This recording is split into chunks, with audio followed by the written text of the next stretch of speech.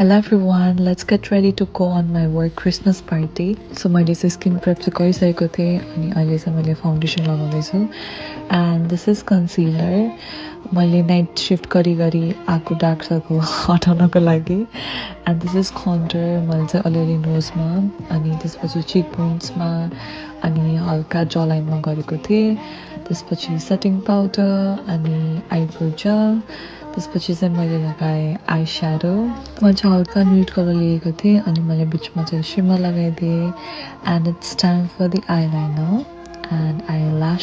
lashes लगाइसकेपछि चाहिँ मैले माथि जुन आई स्याडो लगाएको थिएँ नि त्यही आई स्याडो चाहिँ आउटर कर्नरतिर लगाएँ त्यसपछि चाहिँ मैले आइलाइनरको विङ बनाएँ अनि मलाई चाहिँ दुइटै एउटै भयो जस्तो लागेपछि चाहिँ मैले तलको वाटर लाइनमा चाहिँ पेन्सिल आइलाइनर लगाएँ सो अब चाहिँ म ब्लस लाउनु गइरहेको छु यो मेकअप गर्ने बेलामा म स्माइल गरेको यतिखेर मात्रै हो सो ब्लस गर्दा चाहिँ अलिअलि स्माइल गर्नुपर्छ भनेर भन्छ कसैले चाहिँ गर्नु हुँदैन भन्नुहुन्छ तर मलाई चाहिँ स्माइल गरेर नै लाउनु मन लाग्छ अनि मलाई चाहिँ अलिअलि ब्लस ब्लाइन्डनेस पनि छ so I was trying to be very careful so मैले चाहिँ हल्का पिङ्क खालको चाहिँ लिपस्टिक लगाएको थिएँ अनि हल्का स्मर्च गरिदिएको थिएँ हल्का सफ्ट लुक ल्याउनको लागि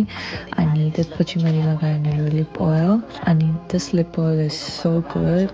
यस्तो साइनी हुन्छ अनि I'm gonna so you guys one day कुनवाला भनेर मैले यो भिडियोमा नदेखाइरहेछु so yeah this was it and I was ready I wanted glamorous तर हल्का सफ्ट टाइपको look so yeah this was it अनि मैले चाहिँ चेन्ज गरेँ so this was my dress अनि मेरो फुल ड्रेस चाहिँ म देखाउँछु हजुरहरूलाई म चाहिँ त्यता वासरुममा गएर पुरा भिडियो गर्दै थिएँ सो मैले चाहिँ सबै मरुन लगाएर गएको थिएँ त्यहाँ चाहिँ